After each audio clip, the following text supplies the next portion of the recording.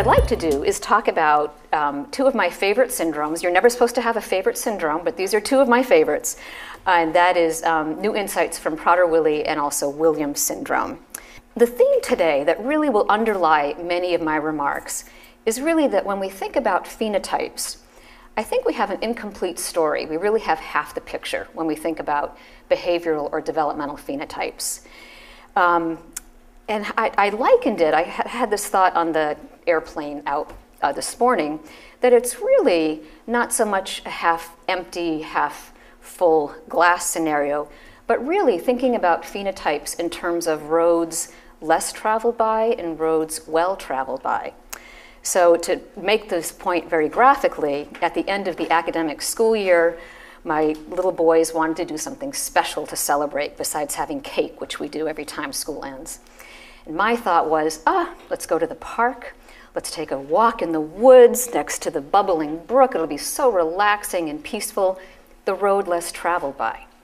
The boys, however, wanted to go do something that was very well traveled by many school-age children who were all out of school on the same day, and that is go to the go-karts. So you can see who won that battle, and go-karts we went. And that was the road definitely not less traveled by. Both have value and both are important things to do. So the theme that you'll hear sort of back and forth throughout my remarks this afternoon is that let's indeed go to the go-karts where everyone else is and think about roads that are well traveled when we think about phenotypes. But let's also think outside the box a bit in terms of roads or approaches that are less traveled. And so to do that, I'd like to talk about two global areas. One has to do with families, and the second has to do with individuals with Prader Willi and Williams syndromes. And usually I end with families when I give a talk, but I've noticed the last several times I run out of time at the end, and families always get short shrift. So I thought this time I'm going to put families first. So I want to talk a little bit about families and parents and family environment. And when you think about families, including the families that you work with in your clinical practice or your research program, I think the usual road in terms of how we think about families is, well, we need to provide families with a lot of education about Fragile X or autism or Prader Willi syndrome, help them with their advocacy skills, how to navigate those IEPs, how to better intervene with their children, how to support their kids' language development. And it's also, when we do research, who we need to get consent from, okay? The other road that I think is much less traveled by when we think about families of individuals that have disabilities is thinking about parents as adults and thinking about their adult development as humans and also ways of reducing their stress. So we're going to talk a little bit about that in just a minute. So families will be one area that we'll talk about this afternoon. And the second, obviously, will be individuals. Individuals with Prader Willi and Williams syndromes. And again, I think the usual road, the way of looking at things is, I'm a clinician by training, so obviously I'm very interested in behavior problems and psychopathology, cognitive profiles. What are the underlying genetics and neurobiology that underpin some of these processes? And how do we think about those things over development? Those are the things that many of us in the room are very passionate about. The other road that I think is less traveled by is looking at neurocognitive strengths and talents, what I'm going to call character strengths and virtues in people with disabilities, their sense of accomplishment and engagement with the world and their meaning and purpose in life, and interventions that enhance well-being and actively enhance those traits. So when we get to the section on individuals, we'll talk about some recent data and findings and updates about the usual road, but I'm also going to share with you some findings about unusual things as well. So let's get started with families and environments. So when you talk with families that are raising a kid with, or an adult with autism or Prader Willi syndrome, you hear words like sad, I'm tired, I'm very grateful, I'm angry, I'm blessed, this child is a blessing in our life.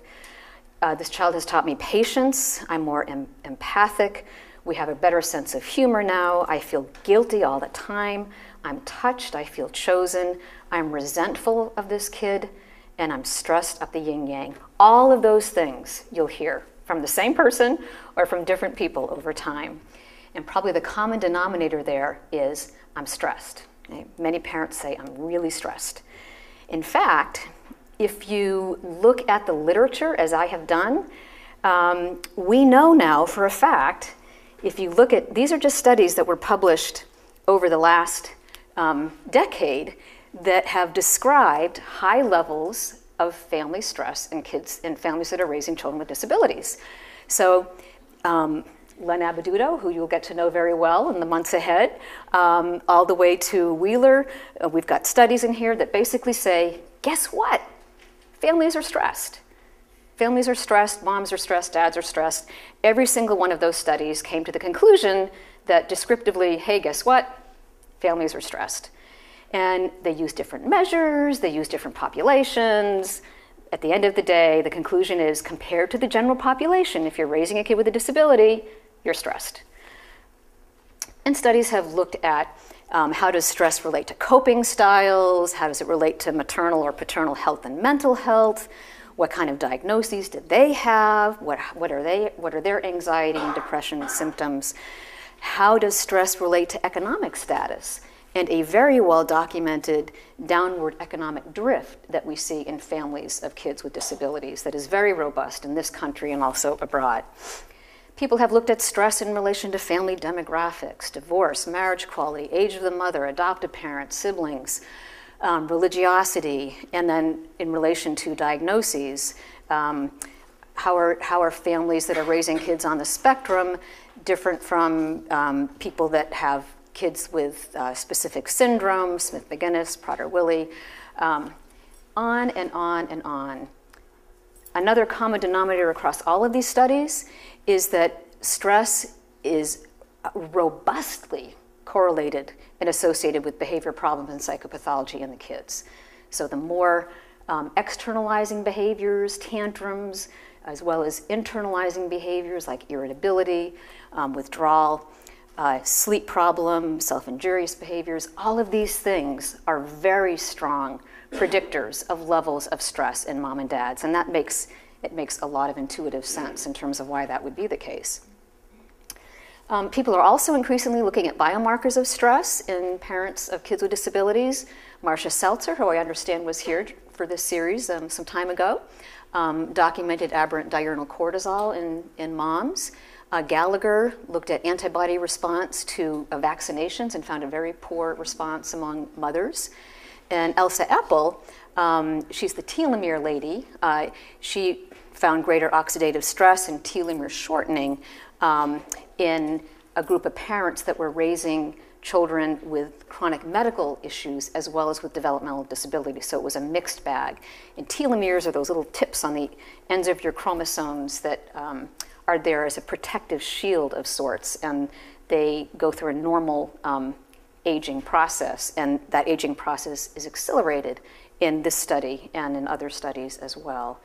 So I just wanted to mention that we are also doing a study looking at, descriptively, levels of stress in mothers and dads who are raising children with autism spectrum disorder and other types of developmental disabilities. We're collecting diurnal cortisol as well. At this point, we have 107 mothers whom we've collected cohort on, but we are also looking at a ton of mental health and medical and behavioral data and information about the child as well. And I don't know how many stats guys are in here, but we analyzed the cortisol in a somewhat different way. Essentially, what we did is something called growth curve mixture model clustering. And what that does, it's essentially a cluster analysis, but it sorts, instead of clustering cases together, it says, okay, let's look at these growth curves and cluster them together with no a priori designation about groups. We just said, we don't care if this is a mom of a kid with autism or Prader-Willi syndrome. Let's just look at the trajectories and see how they clump together, and then go back and map onto those trajectories what we know about the families, about the moms.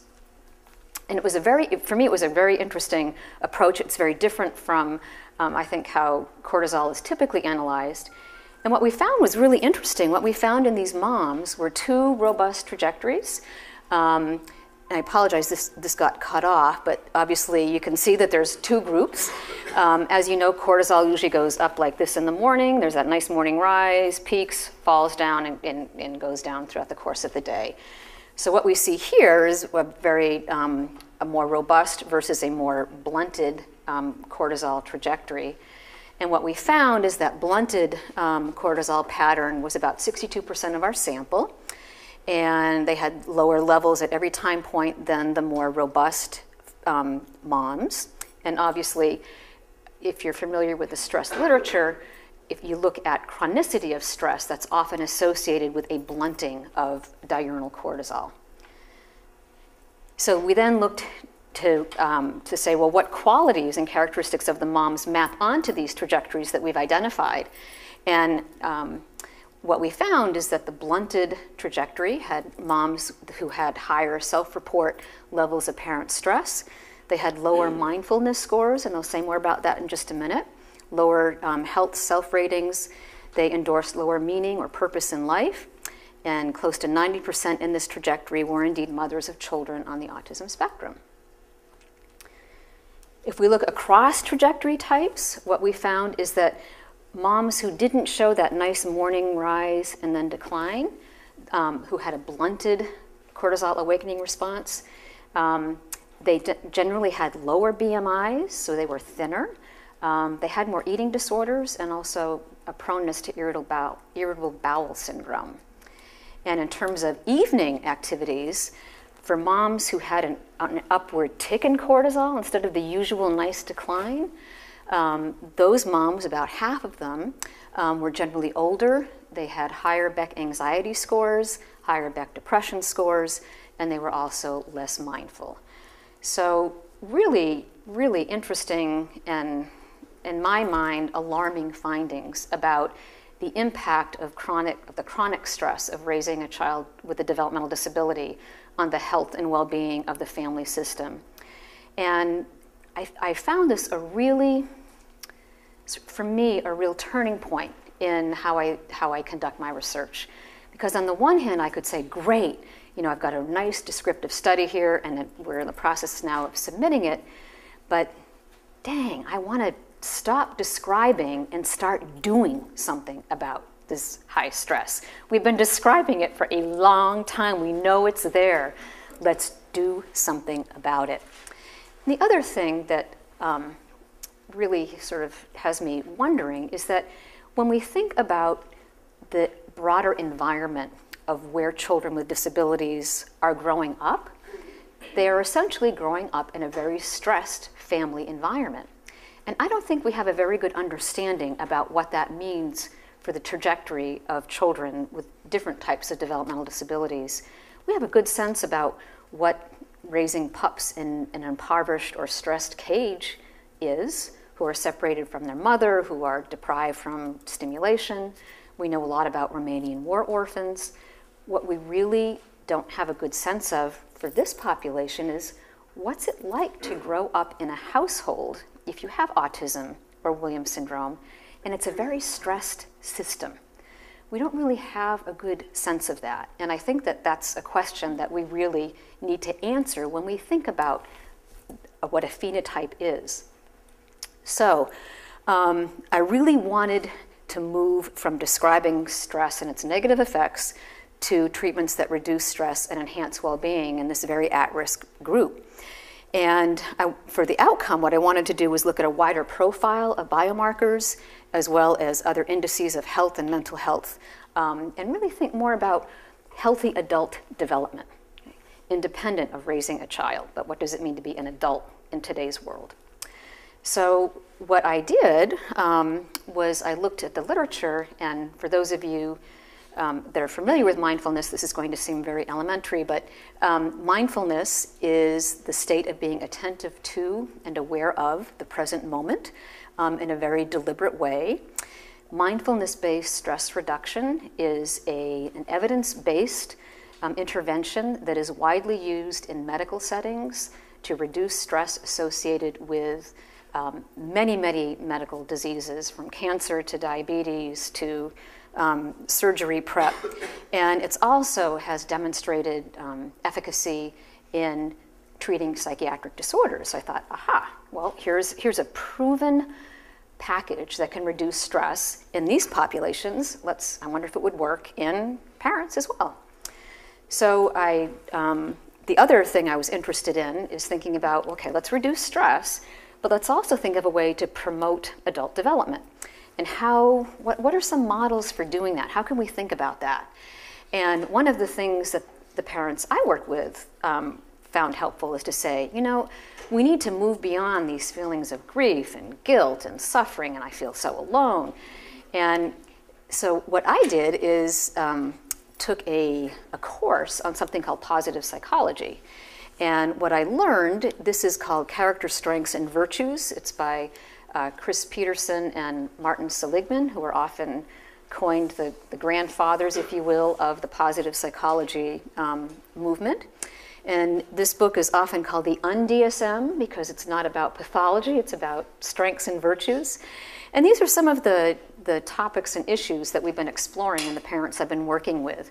So how does your experience as a parent and as an adult and as a woman or a man, how can we sort of reduce that and enhance some of these other things in terms of forgiveness and gratitude and hope, appreciation of beauty, kindness and loving, persistence, integrity, curiosity, social intelligence, and so on. And many families say that because of raising their child with a disability, they feel like they have many more of those things, which to me is a very interesting idea. So we're now in the midst of a randomized clinical trial where we are comparing two treatment arms, one that we're calling positive parenting. We developed a curriculum based on many of the principles that I just shared with you. And the other treatment arm is mindfulness-based stress reduction. It's a 6-week intervention with 3 booster sessions over 6 months. This was a challenge grant I received through ERA funding. And as you recall, part of the ERA initiative is hire people. So I hired unemployed parents of kids with disabilities, trained them in the curriculum, and they are the ones that are delivering this intervention. So it's parent-to-parent, well-trained, well-supervised parents in 2 treatment arms. And data collection are ongoing. I'm really excited to see how this unfolds. And I just wanted to make a special note about military families. We've had some really interesting experiences at Fort Campbell, which is both in Tennessee and in Kentucky, and really sort of dealing with extraordinarily high levels of stress in those families. So you can imagine having 2 or 3 kids on the spectrum, plus having a husband or a wife deployed for 2 of the last 3 years. So it's a really a magnitude of difference in terms of what we're seeing there. So in brief, I think in many ways it really might be time to move on, or at least think about going down that road less traveled.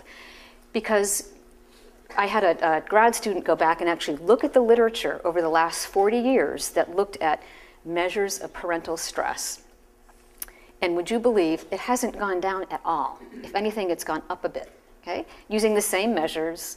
So there hasn't, despite our best efforts in the field, parents are just as stressed now as they were 40 years ago. So what we're doing really doesn't seem to be working that well for them.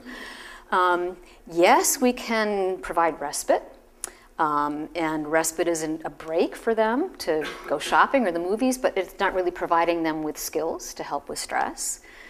Yes, we can indeed provide them with information about their child's condition, tips for helping their kids stay on target, advocacy.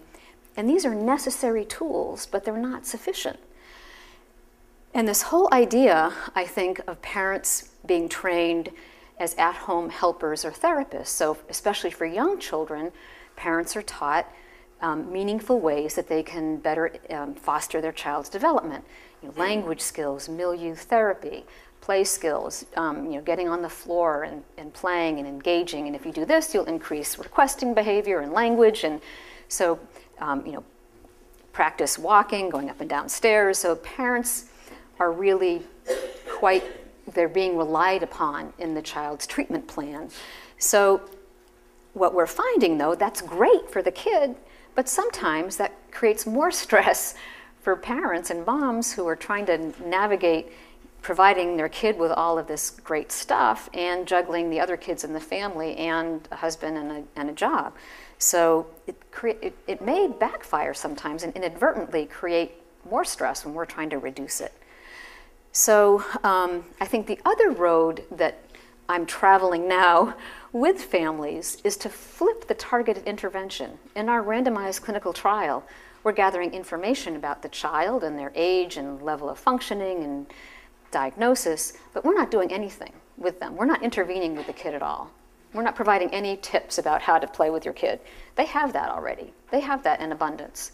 We are just flipping the targeted intervention and saying we're reducing parental stress, we're enhancing in positive ways how they think about their development as adults, and my hope is that at the end of the day, there'll be less health and mental health problems, less healthcare burden for them and for our community, and that there will be a ripple effect in the family. So, and to the extent that the moms and dads and siblings are doing language intervention and play intervention, perhaps in a less stressed family system, some of those interventions will have increased efficacy. It's like the old saying, if mama ain't happy, ain't no one happy. So I think that this is sort of flipping it a bit and testing a new way of trying to intervene in the system that has very little to do with the child and a lot more to do with moms and dads. So with that, what I'd like to do is segue into talking about individuals and phenotypes. So I think, again, as a clinician, and I know many of you are clinicians, the goal that we have in terms of the usual role when we think about phenotypes is to reduce distress, to reduce suffering, reduce psychiatric symptoms and poor social outcomes, perhaps improve cognition, improve social functioning. And to do that, we need to better understand the deficits that people are presenting with, their maladaptive behaviors, their psychiatric disorders, the service systems that are supporting them or not, and also the underlying genes and neurobiology, interventions and policies. So we need to understand all of those things in order to effectively intervene. The less traveled road is to do all of those things. Those things shouldn't go away in terms of reducing suffering and distress. But another road is to also thinking about enhancing and promoting well-being and happiness and healthy outcomes. And to do that, we need to examine strengths and positive internal states, happiness, engagement, purpose, achievement, meaning, and service systems that might be structured to promote those things in individuals and their families, and what the underlying genetics and neurobiology might be of some of these positive states. And I'll have more to say about that at the end of the talk as well. So let's talk about this for a minute, because this is a hard, I'm a data-driven psychologist, and it's really kind of hard for me to think about these things, because initially, especially when I took the class, it felt kind of squishy, and I like my data. So let's walk through some issues here. If we think about symptom reduction, so much of the work I've been doing in Prader Willi syndrome is how can we understand their obsessive compulsive behaviors and their hyperphagia in an effort to reduce those symptoms, to relieve distress and suffering, and to help persons become less disruptive, self-injurious, anxious, and depressed, and to reduce their behavior by a certain magnitude. So IEPs are famous for this. Johnny will not hit 20% less of the time or whatever, however it's structured. But this is the bread and butter of IEPs in terms of reducing that and increasing that by whatever percent the team feels is important. But is that all there is to life? Isn't there something else here? I think there's a lot more to life than saying on the Beck depression, great, you've gone from a 15 to a 7. Awesome, job done, have a great life, see you later. Or in the IEP, we've reduced that problem behavior by 40%. Excellent, job well done. That's it? Isn't there more?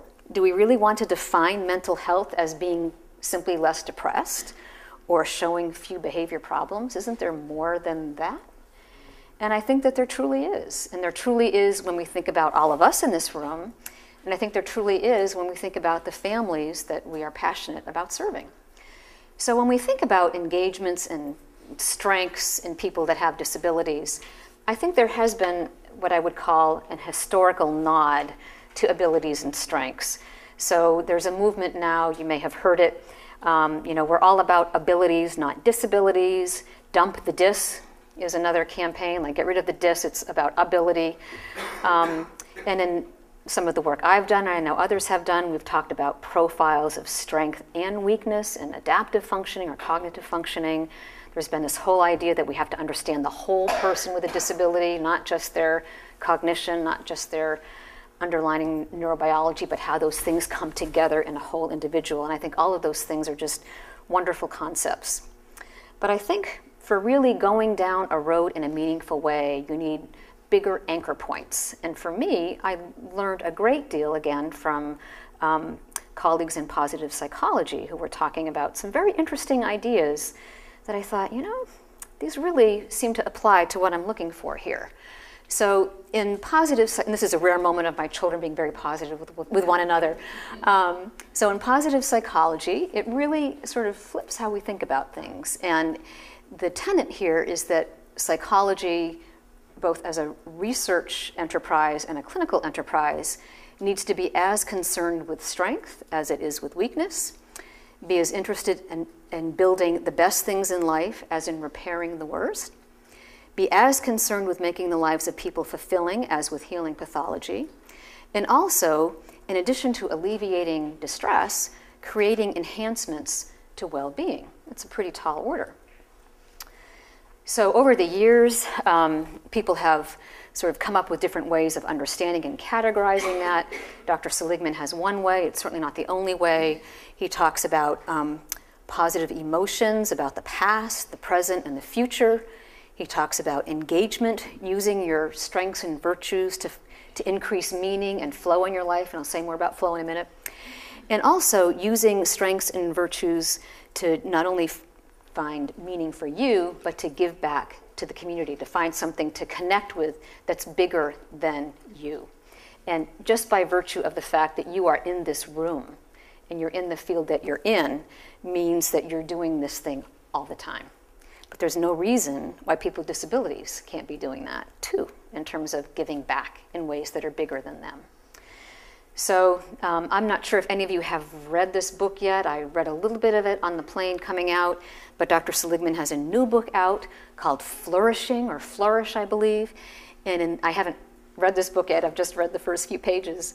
But in that, again, he's sort of talking about things that are reminiscent of his earlier books and research in the area about the need for work and enhancement of positive emotions, esteem and optimism, as well as engagement, interest and flow, positive relationships, meaning and purpose, achievement, and using one's strengths and virtues in the service of promoting all of these. And if one can do that, so the theory goes, then you are a flourishing person living in a flourishing community and a flourishing society. I'll have to finish the book and see how I really feel about that. So in going down this positive road less traveled by, one of the things that we've been doing more actively in the research program that I direct is really looking at neurocognitive strengths and talents, as well as character strengths and virtues, obviously positive outcomes for families and care providers, and also interventions that enhance well-being not only in families, but also in individuals with different types of disabilities. And we do this through some of our summer camp programs. We do it through a mixture of Vanderbilt undergraduate students working through the Best Buddies program with adults with disabilities who go off together on alternative spring break and do service all across the country. Mindfulness-based stress reduction in individuals that have disabilities, and obviously the parent stress reduction program that I just mentioned to you. And as I said earlier, for me this has been a hard road to think about going down. The work that we do and the work that I've done traditionally in genomic syndromes has really focused on urgent, life-threatening problems that bring people in for consultation to see you. They don't come in and say, hey, Robin, Randy, hey, things are going really well. They come in and say, I'm really worried about something. I need some help with this. And, you know, the conditions that we all deal with are fairly significant. So in Prader Willi syndrome, there are some very clinically urgent, life-threatening, stressful, and hard-to-manage issues. Compulsivity and literally life-threatening hyperphagia. In Williams syndrome, a level of social disinhibition that on the one hand is charming, but on the other hand leads to just painful stories about exploitation and abuse. And these are real things that we need to strive to address and reduce. So, you know, part of me thought, well, if I start talking about this positive stuff, people are going to think that, you know, what about these really hard things? And those hard things don't go away. We need both roads to come together in the service of understanding these very complex disorders that we're involved with.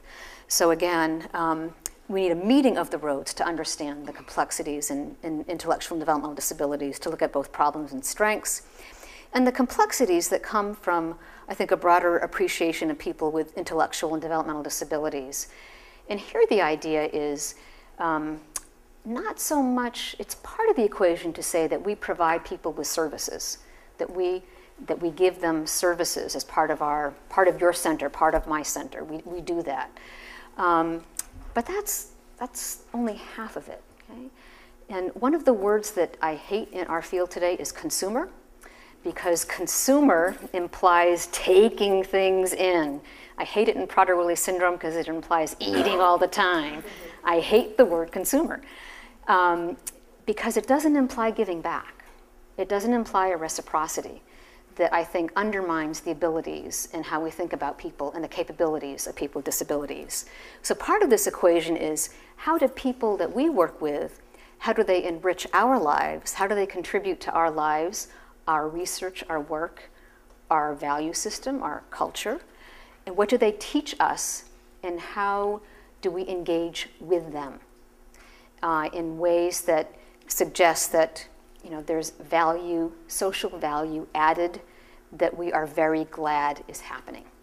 And that's a different shift in terms of how we think about providing service to consumers that take in versus, great, you can take this service in, now let's talk about how you're going to be engaged and give back and become all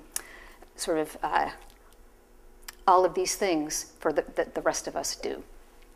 And some anchor points that I've discovered as ways of doing that in the syndromes I work with are looking not only at the significant challenges in Prader-Willi syndrome, but also some really curious and interesting areas of strength that I'm still literally quite puzzled about.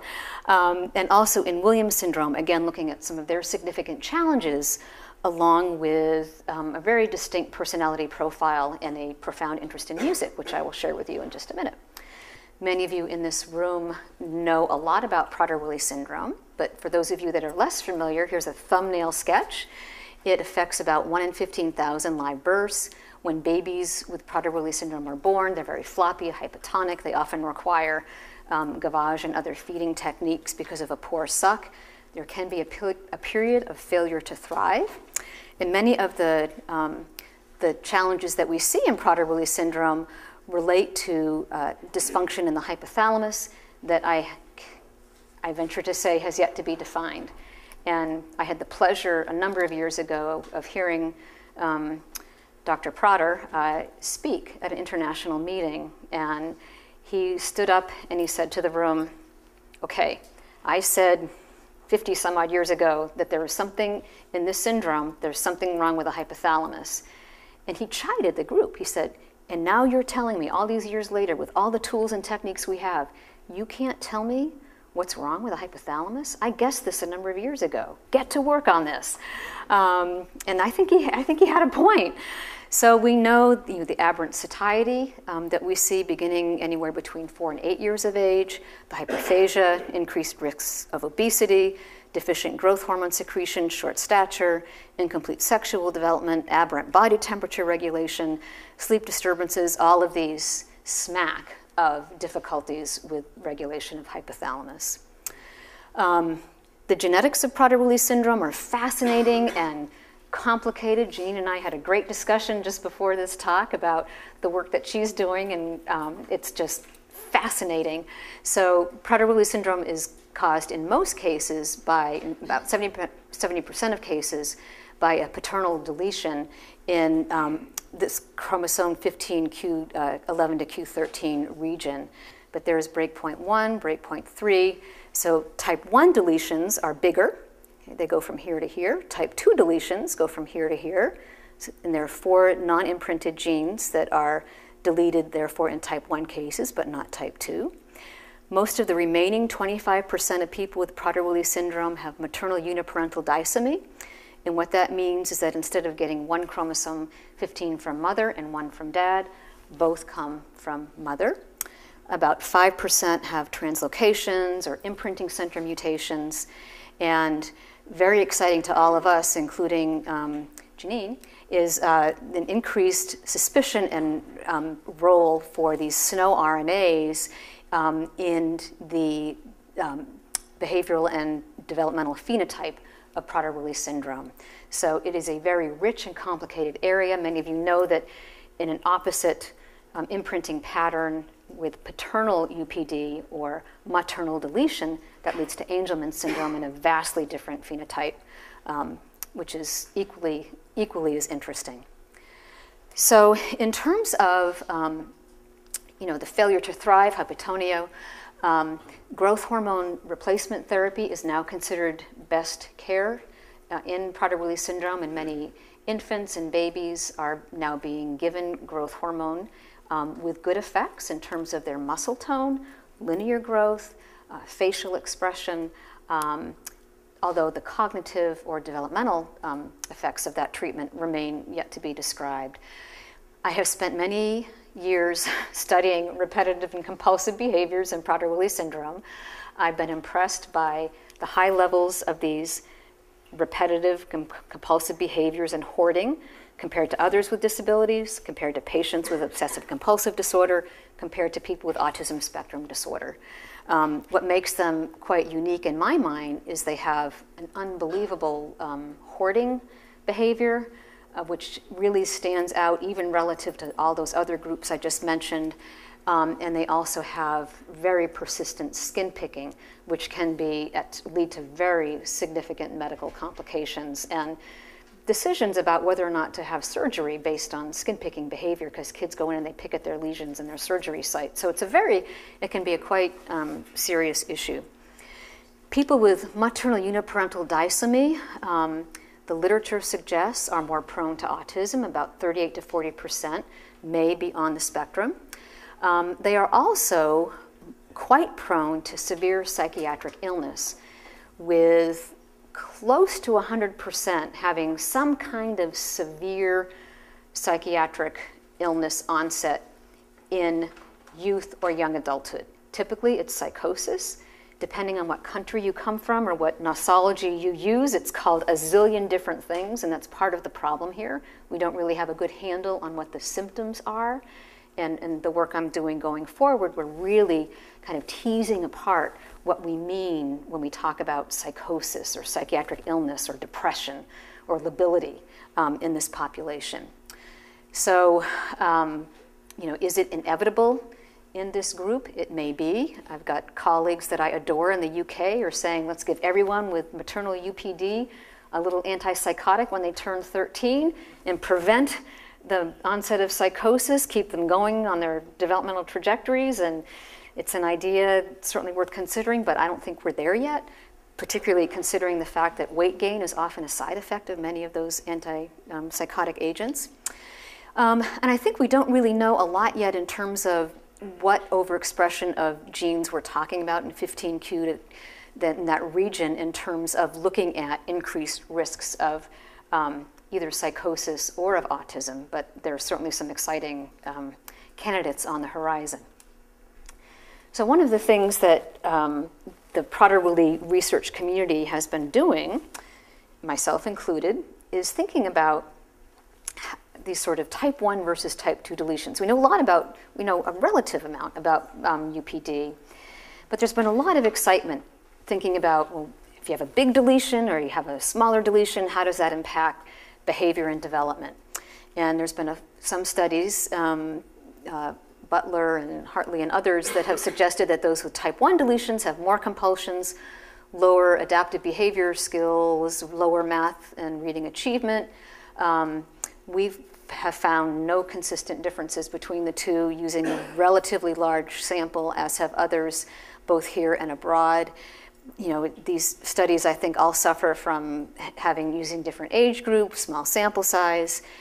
And what we are finding, though, is that instead of using a cross-sectional approach where you have a cohort here and a cohort there and you compare them, where we are seeing differences emerge is across development and over time. So this slide is just an example of what we see when we look over time. These are cross-sectional, but I'll show you longitudinal in a minute. These are externalizing behavior problems, and this is age, and starting at 10 going up to about 40 or 50. And then you can see in type 1 cases, it's going down. Type 2 cases, relatively stable. UPD, yeah, stable or maybe a tad up. We see this trajectory in adaptive behavior, IQ scores, internalizing problems, although that's somewhat different in the UPD cases. So there's something going on perhaps over time. And longitudinally, just looking at IQ, these are 45 individuals that were tested 2 years apart, roughly in the same age group. And again, as a prototype, we looked at IQ scores, and you'll see type 1 individuals are going down over a 2-year period from 67 to 52, type 2 from 73 to 68, which is not significant, and those with UPD are actually going up. They're going up a great deal, even in the face of significant psychopathology. They're getting better, and where they're getting better is in an area of weakness for them in their visual spatial skills. So they're just getting a lot better. And why that is the case, I have no idea. So for the type 1 folks, we do see a decline in IQ, adaptive skills, and also problem behaviors, compulsive behaviors, and hyperphagia. We also see an increase in withdrawal and passivity. It's almost as if for those with type 1 deletions over time, the oomph is being knocked out of their Prader Willi, which is a relief to the parents. But what's concerning here is that we're also seeing increased passivity and withdrawal. So that trajectory feels a little bit reminiscent to me in terms of a trajectory that people in this room are very familiar with, and that is Fragile X syndrome and looking at full mutation males. And when I pointed that similarity out in the discussion section of my paper, the reviewers said, take it out. That's way too speculative. You don't know that for sure. And I said, okay. But it's an interesting, very interesting idea. And if you think about those with type 1 deletions who don't have those 4 non-imprinted genes, one of them happens to be a gene that people in this room are very interested in, called CIFIP. And I'm working with Dr. Tasson to look at CIFIP expression in people with Prader Willi syndrome who have type 1 versus type 2 deletions versus UPD. And I think the data thus far are as we would expect, with lower expression in those with type 1. And it's just interesting to me, if we think about this, this CIFIP, is this a second hit for Prader Willi syndrome? So they don't have a CIFIP, and they don't have one of their 2 CIFIPs. Okay.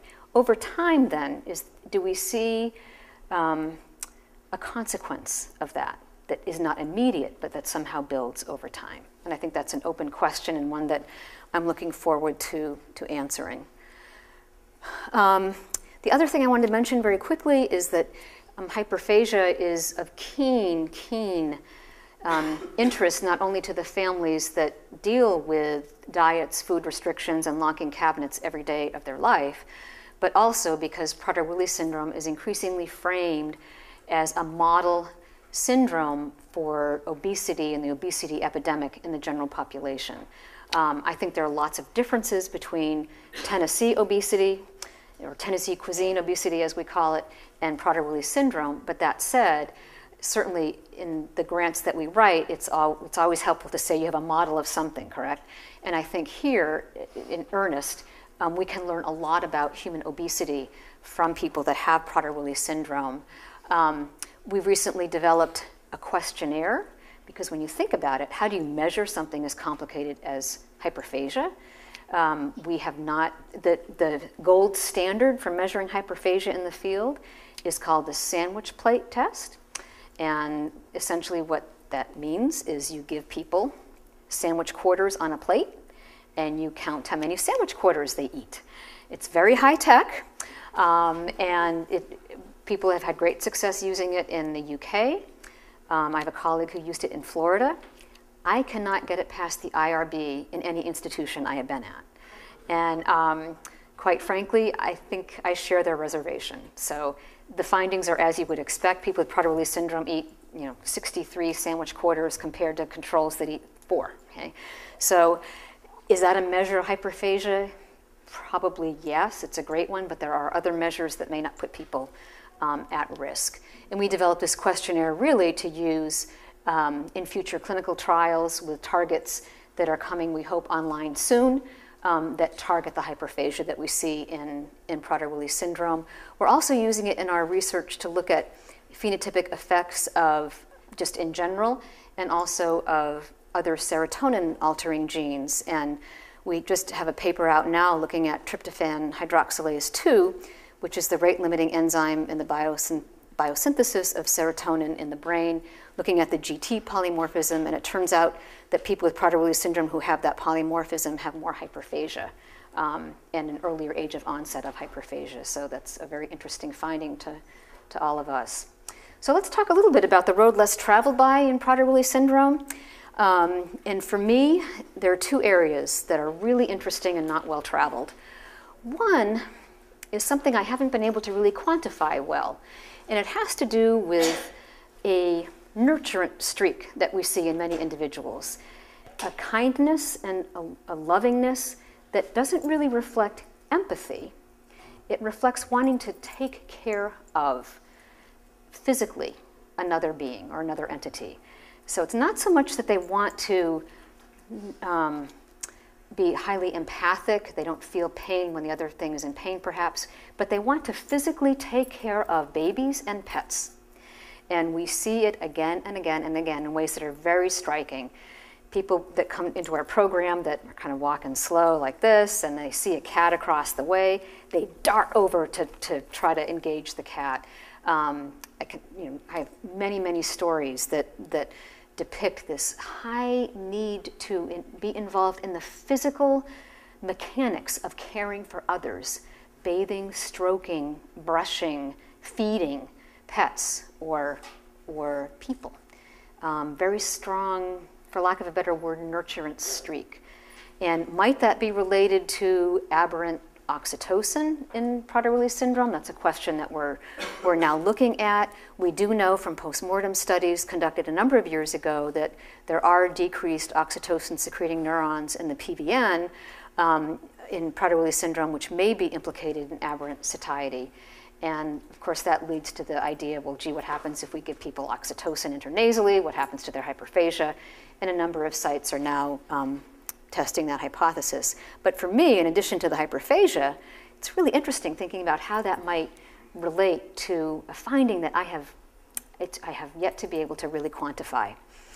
In contrast, we've done a great job quantifying this unusual skill or interest in jigsaw puzzles and word search puzzles that we have seen in Prader-Willi syndrome.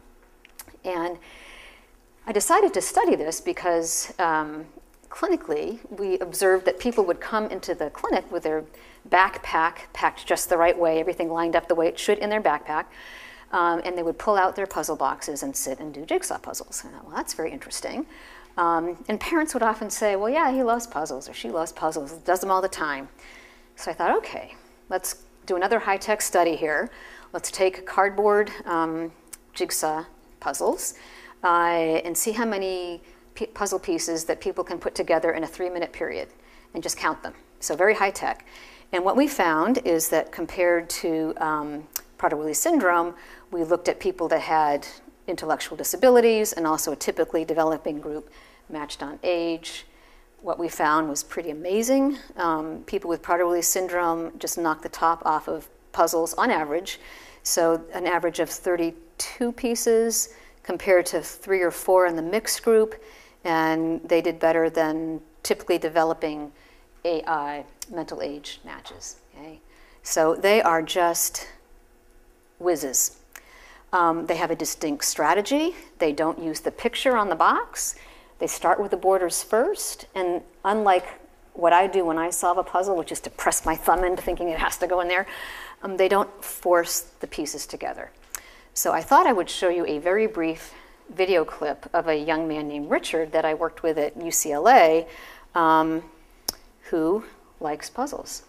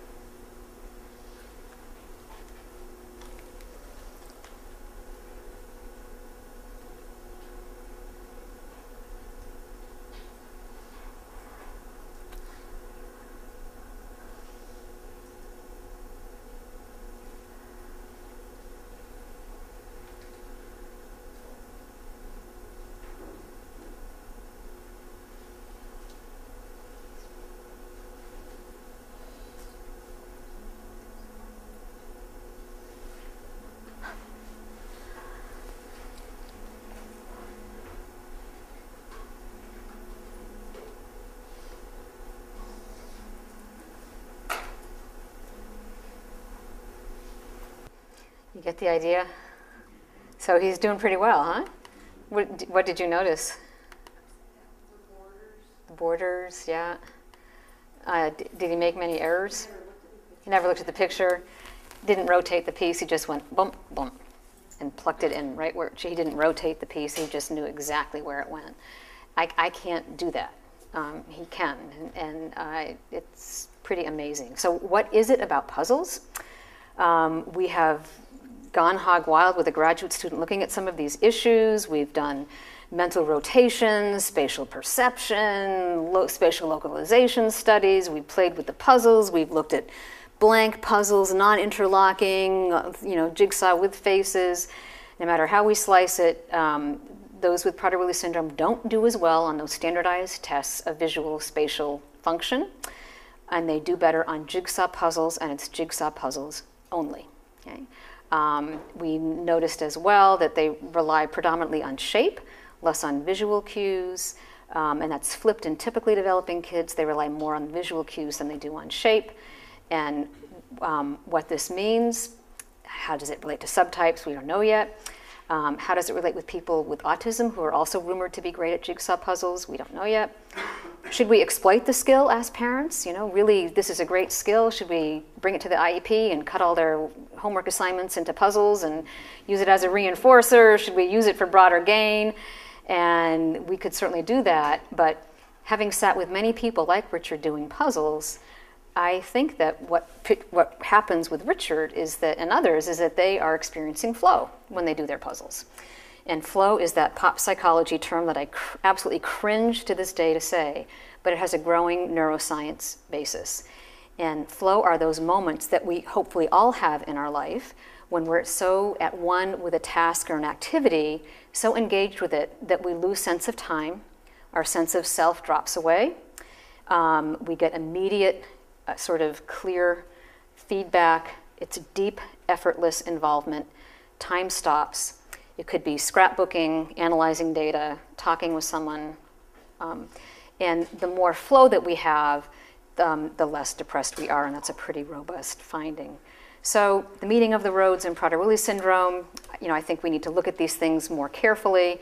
To me, they're just as fascinating as compulsivity and behavior problems and psychosis. So another example of a road less traveled by is in Williams syndrome. And Williams syndrome is an equally as fascinating condition as Prader Willi syndrome and Fragile X syndrome and all the other syndromes. It involves a deletion of about 20 or so, 23 genes on 7q11, one of the chromosome 7s, leads to a very distinctive cognitive linguistic phenotype, which many of you are familiar with, visual spatial deficits and weaknesses and marked strengths in expressive vocabulary and expressive language, marked sociability, high recall of faces, very good facial recognition, very interested in other, very empathic, highly engaging their mirror neuron when they're doing various tasks. They also have very high generalized anxiety and phobias, and this is the research that our group has done as well as others, looking at high rates of phobias about all kinds of things, generalized anxiety disorder, but very low social anxiety, no social anxiety, in fact. We want them to have a little social anxiety, and they don't have it. So they have sort of kind of a worry wart, this is my new DSM category here, sort of persona, but with no social anxiety. And for that reason, they are a fascinating group to try to understand and to study. Another really interesting reason why they are fascinating to study is because many individuals have unusual auditory processing, which leads to an interest in music, musicality, and a real love of music, if not frank musical talent. And this is a picture of our campers. We have an annual summer music camp for young adults with Williams syndrome, and also in the last 2 years with autism spectrum disorder. And here they are posing around the piano.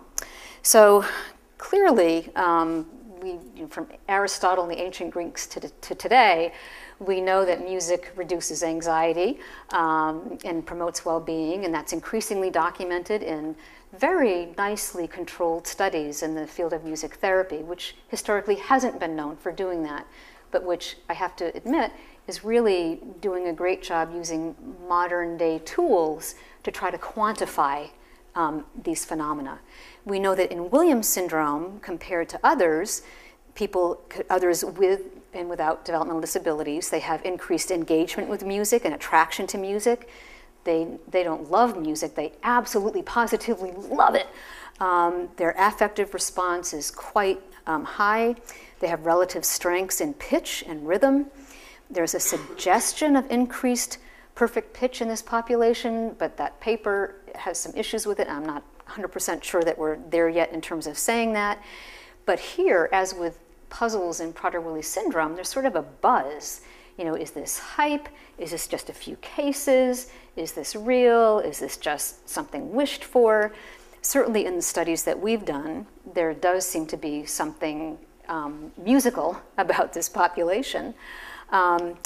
However, I think we have very little data on the mechanisms or correlates of musicality. We are, during that 1 week of music camp, in addition to having a great time with campers, they come, they write a song with local songwriters in Nashville, which is Music City, USA. They produce their song in a recording studio, and they sing on the stage of the Grand Ole Opry. So it's a wonderful experience for them. And we run around collecting data the whole week. We're doing imaging studies. We're looking at music and auditory processing, as well as looking at their anxiety and treatment interventions for anxiety. So it is a really win-win fun situation. And this past spring, we had a great moment in Kennedy Center camp in Kennedy Center history when our campers were selected to be on the ACM award show, the Country Music Award. And I don't know if any of you saw that, but there were close to 17 million viewers that our campers were performing in front of with Darius Rucker. And they sang the song that they wrote with Brett James and Chris Young, who were very leading songwriters in Nashville. I'm learning a lot about country music these days. And what I'd like to do is share with you their performance. I thought it would be a very fun way to end the talk. So what is it about these campers that makes people cry, that reaches them? How does their music facilitate that? And how can we think in new ways about understanding what these guys bring to the equation, not just how we serve or service them? So they brought gifts that we're still getting emails from people that have seen this and want to give $5. We would like to add a few zeros to that, but at any rate, I had a few other slides, but I think that's a great way to stop and say thank you so very much for your attention.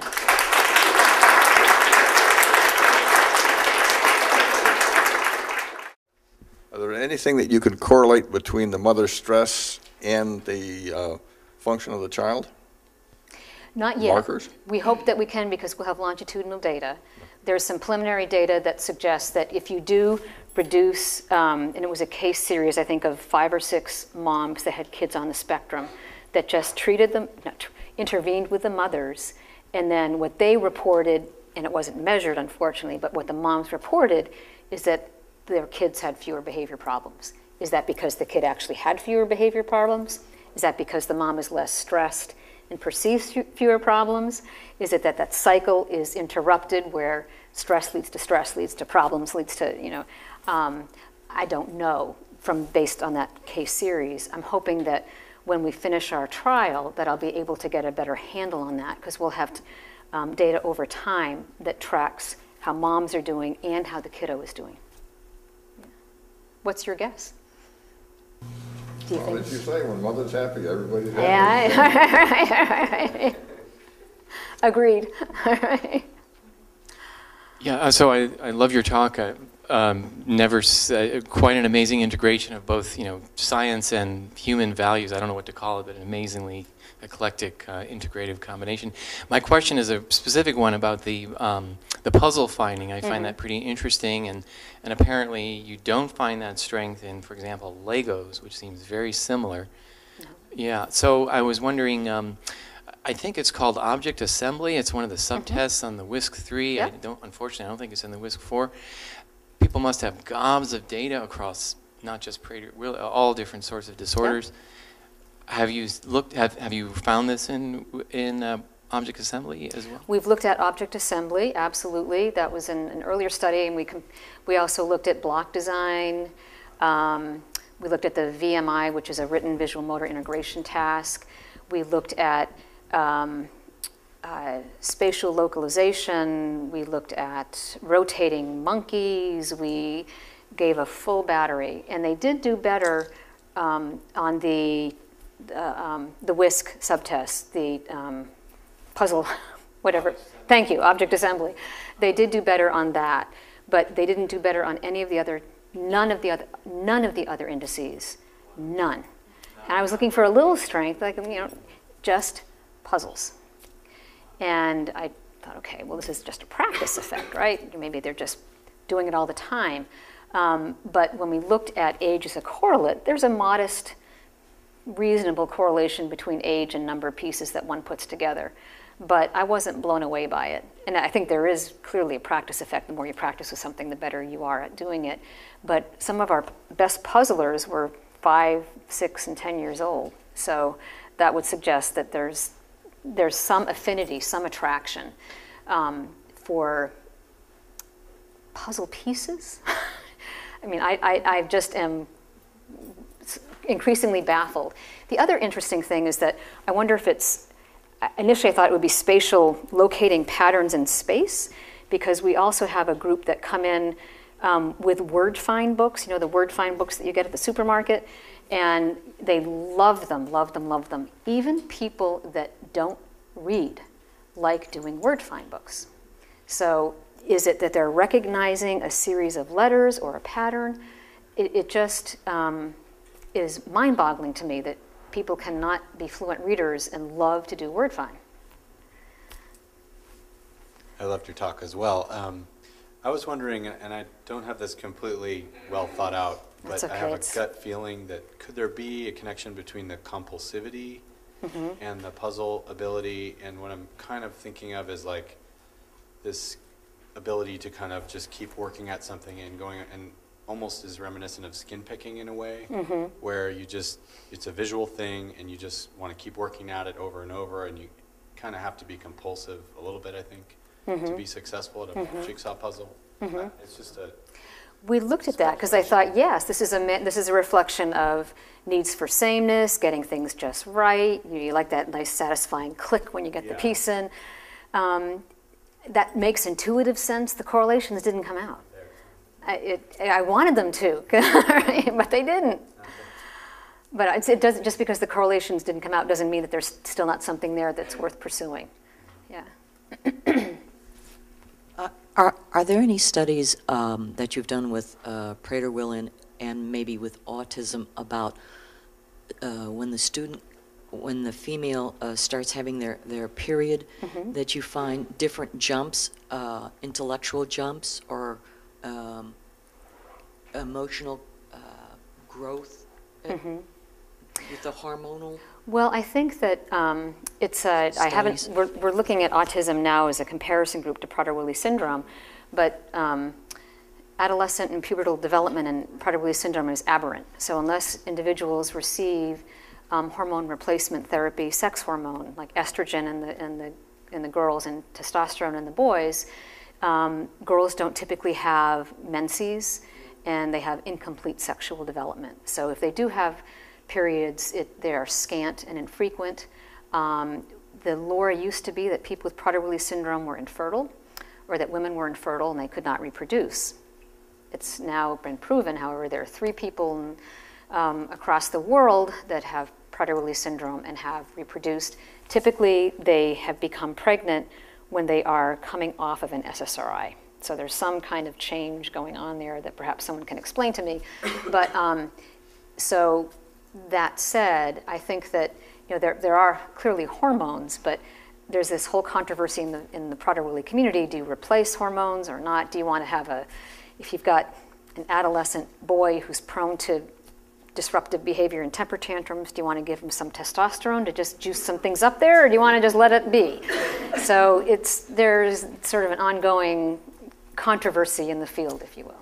I was just curious, what kind of psychoses are you seeing with the kids with the UPD? Because you said when they hit about the age of puberty, you're saying almost 100% have some kind of psychoses develop. Like, what are you seeing with those kids? Well, that's the big question, because unfortunately, the studies to date just say they have a mixed bipolar psychotic affective disorder picture. And well, what on earth does that mean?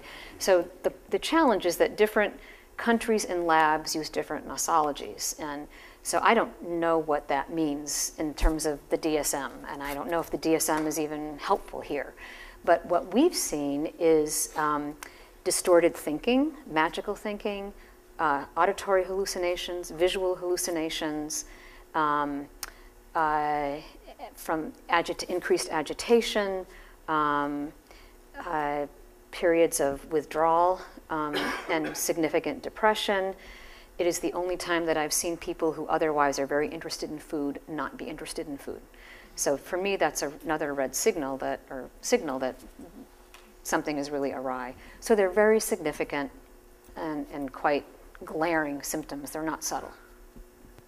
Okay, well, one more. This woman's very patient. I just had a question. If Prader Willi, if they don't have menses or they have scant menses, do they have enough cholesterol, at least a level of 160, to even make the steroid hormones? In autism, the subset of people have not enough cholesterol, and they have other nutritional deficiencies. Yeah, surprisingly, cholesterol seems to be okay in Prader Willi syndrome. Thyroid seems to be okay. Sort of those sorts of functions do seem to be okay. Lower risk of cancers as well. So. Thank you very much, Elizabeth. Thank you. The UC Davis Mind Institute began in 1998 with a promise to find cures for neurodevelopmental disorders. Every day, our physicians and researchers come closer to fulfilling that promise. Their groundbreaking research on autism, Fragile X syndrome, learning disabilities, and other brain disorders is helping children achieve their fullest potential. Please call or visit our website to find out more about current studies, our research team, and upcoming events.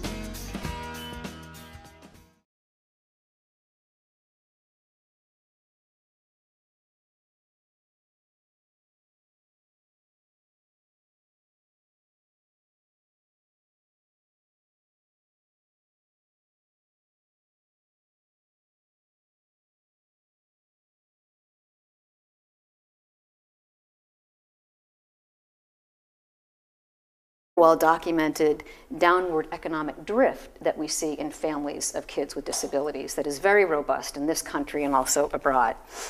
People have looked at stress in relation to family demographics, divorce, marriage quality, age of the mother, adoptive parents, siblings, religiosity, and then in relation to diagnoses, how are families that are raising kids on the spectrum different from people that have kids with specific syndromes, Smith-Magenis, Prader-Willi, on and on and on.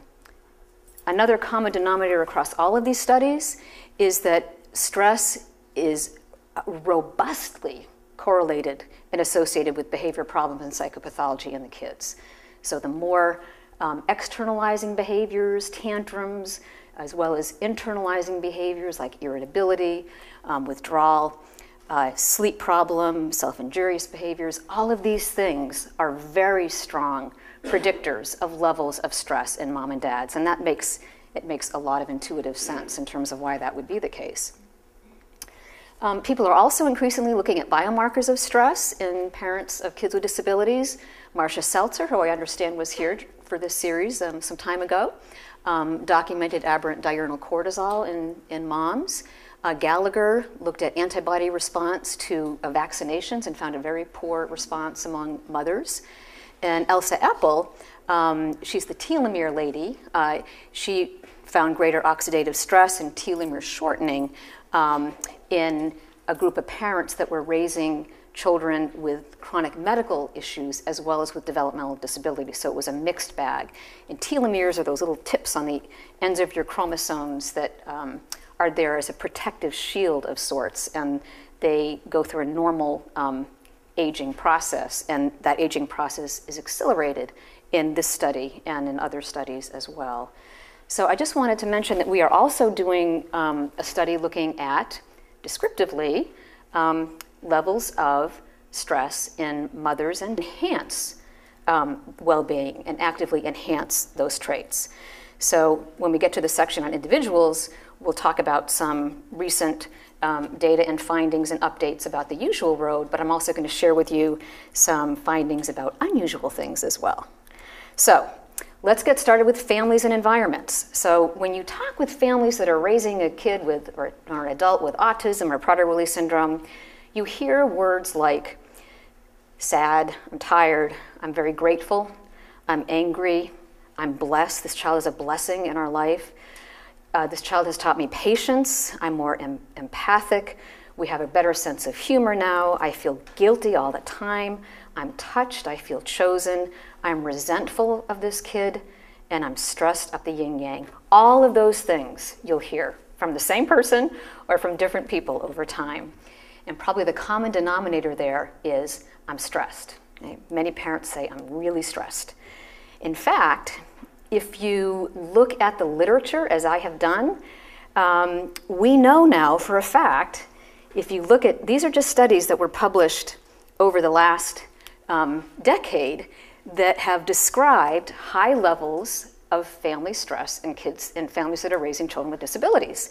So Len Abaduto, who you'll get to know very well in the months ahead, all the way to Wheeler, we've got studies in here that basically say, guess what?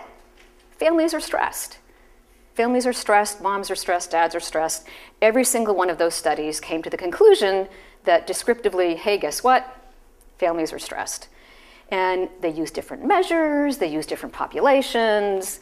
At the end of the day, the conclusion is compared to the general population, if you're raising a kid with a disability, you're stressed. And studies have looked at How does stress relate to coping styles? How does it relate to maternal or paternal health and mental health? What kind of diagnoses did they have? What are their anxiety and depression symptoms? How does stress relate to economic status? And a very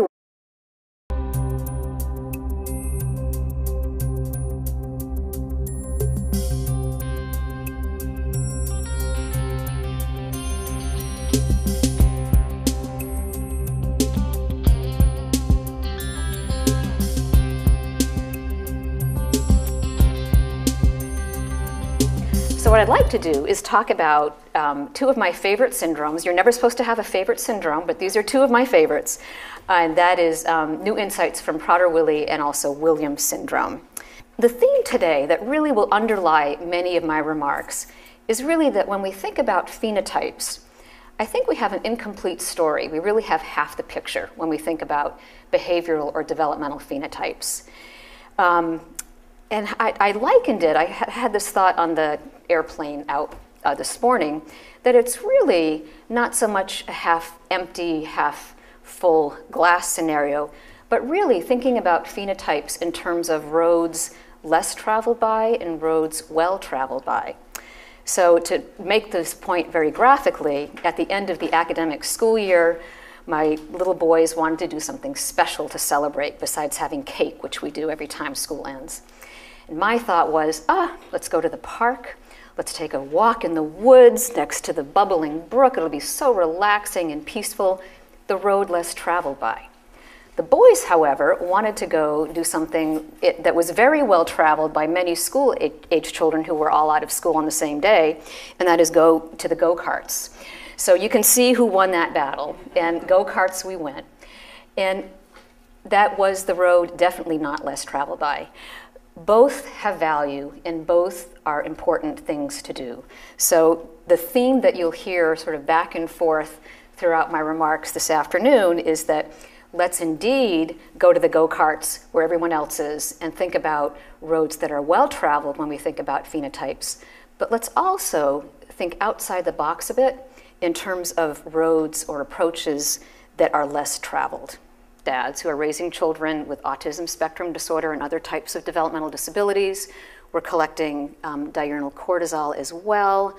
At this point, we have 107 mothers whom we've collected court on, but we are also looking at a ton of mental health and medical and behavioral data and information about the child as well. And I don't know how many stats guys are in here, but we analyzed the cortisol in a somewhat different way. Essentially, what we did is something called growth curve mixture model clustering. And what that does, it's essentially a cluster analysis, but it sorts, instead of clustering cases together, it says, okay, let's look at these growth curves and cluster them together with no a priori designation about groups. We just said, we don't care if this is a mom of a kid with autism or Prader Willi syndrome. Let's just look at the trajectories and see how they clump together, and then go back and map onto those trajectories what we know about the families, about the moms. And it was for me, it was a very interesting approach. It's very different from, I think, how cortisol is typically analyzed. And what we found was really interesting. What we found in these moms were two robust trajectories. And I apologize, this got cut off, but obviously you can see that there's two groups. As you know, cortisol usually goes up like this in the morning. There's that nice morning rise, peaks, falls down, and goes down throughout the course of the day. So what we see here is a more robust versus a more blunted cortisol trajectory. And what we found is that blunted cortisol pattern was about 62% of our sample. And they had lower levels at every time point than the more robust moms. And obviously, if you're familiar with the stress literature, if you look at chronicity of stress, that's often associated with a blunting of diurnal cortisol. So we then looked to say, well, what qualities and characteristics of the moms map onto these trajectories that we've identified? And so to do that, I'd like to talk about two global areas. One has to do with families, and the second has to do with individuals with Prader Willi and Williams syndromes.